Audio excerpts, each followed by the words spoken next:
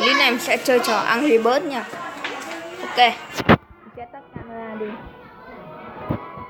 Đây, ta vào game thôi.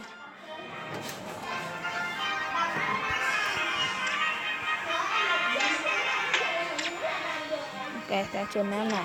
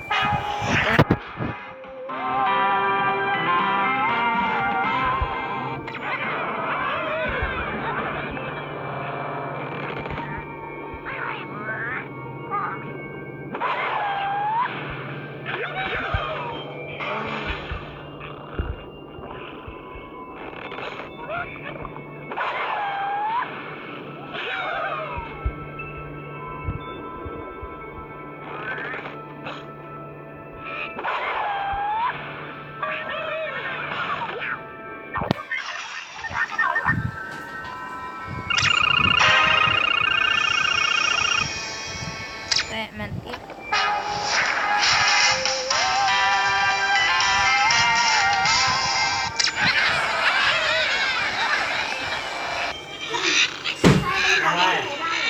Ok.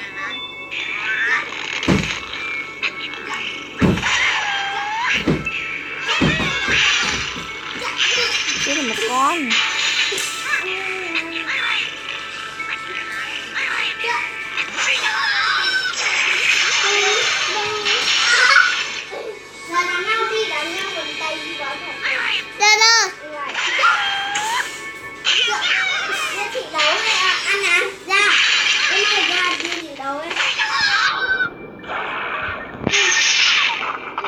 Ok, thắng rồi.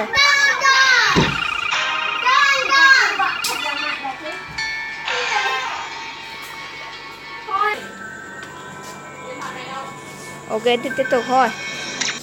Từ nãy giờ toàn là một sao. Cô.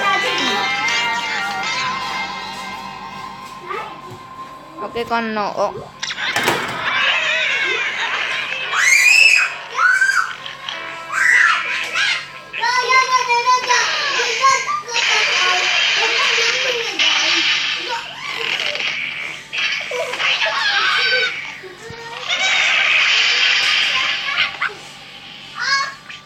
Không được rồi.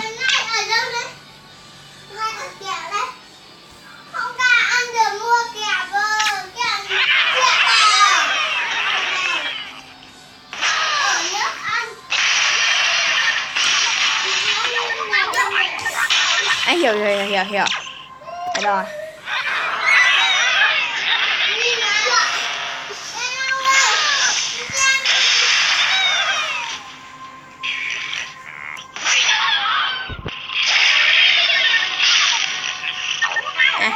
Không phải.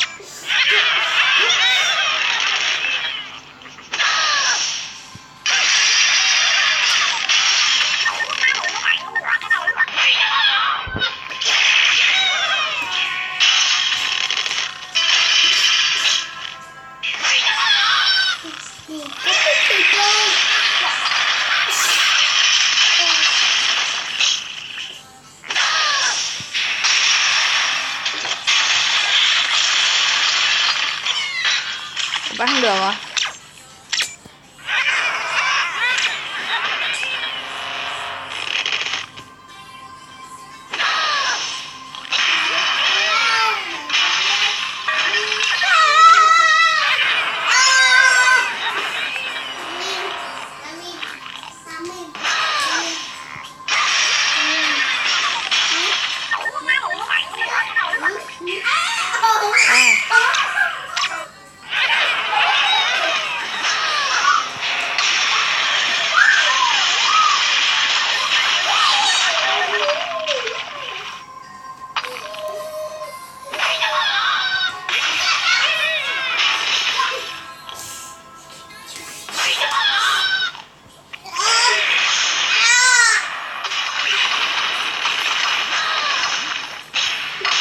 Ok, thắng rồi. chơi kìa. Vẫn 1 sao. Còn phân thân. Ok. Mình đâu. Đây rồi.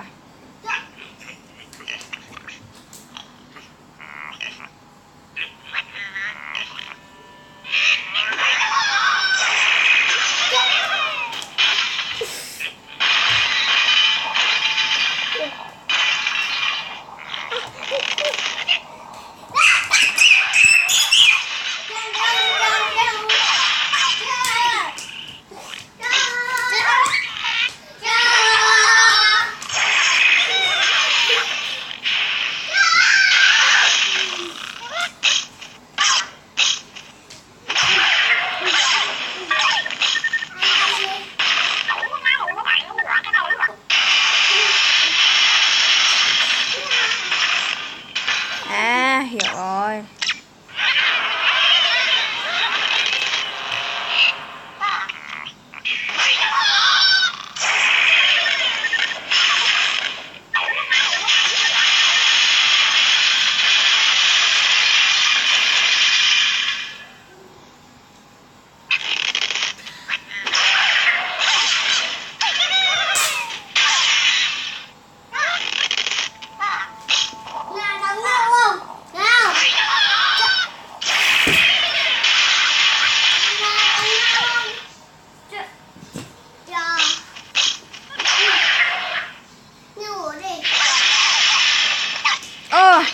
Con này không chết à?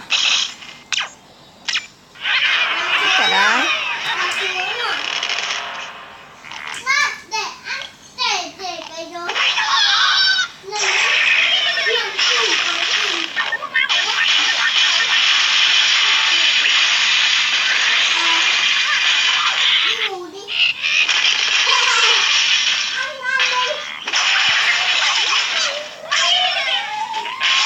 Ok, thắng rồi.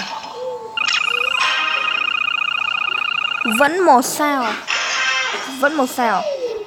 Chả quá.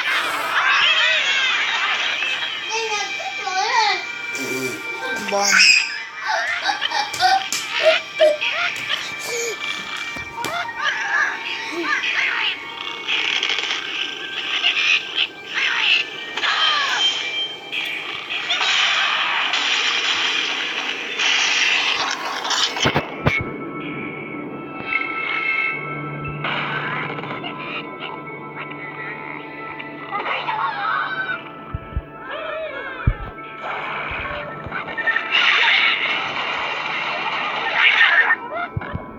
Thế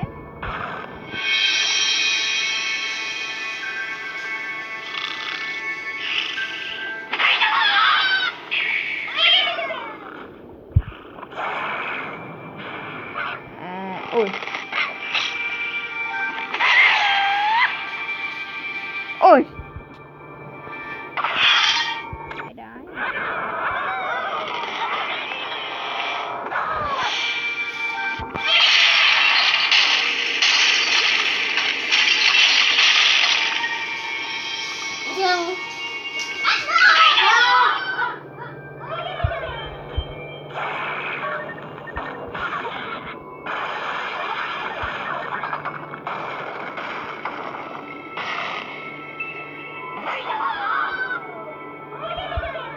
Ấy, trời ơi. Mãi mới được 2 sao. À, hàng biểu.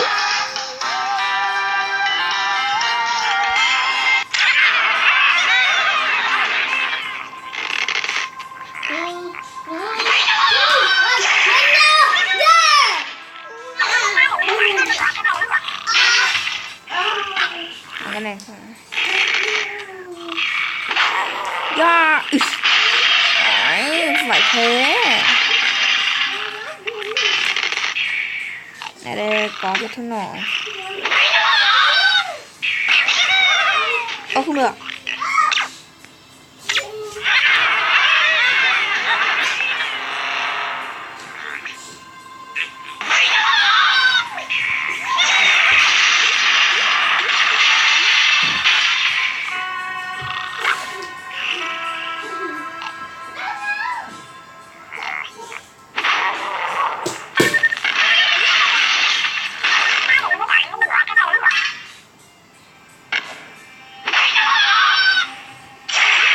rồi.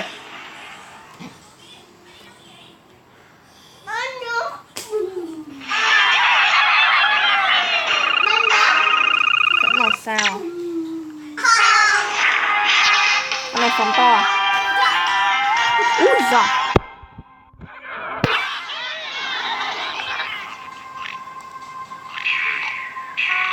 Này làm cái gì đây?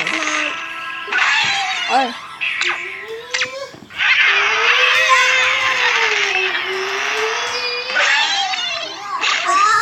Ôi.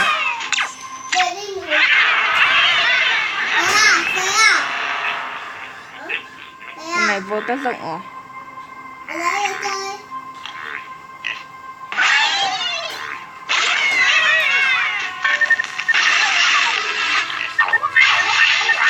Ô hay.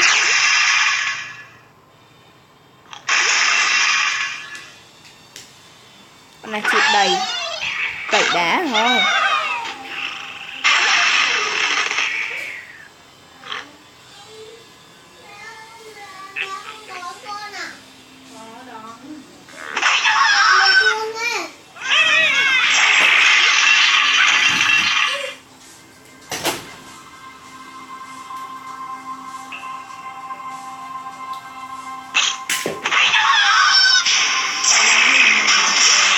Yeah.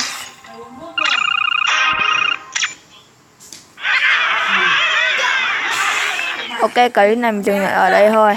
Con rồi. Thôi, bye bye anh em nhá. Bye bye nhá.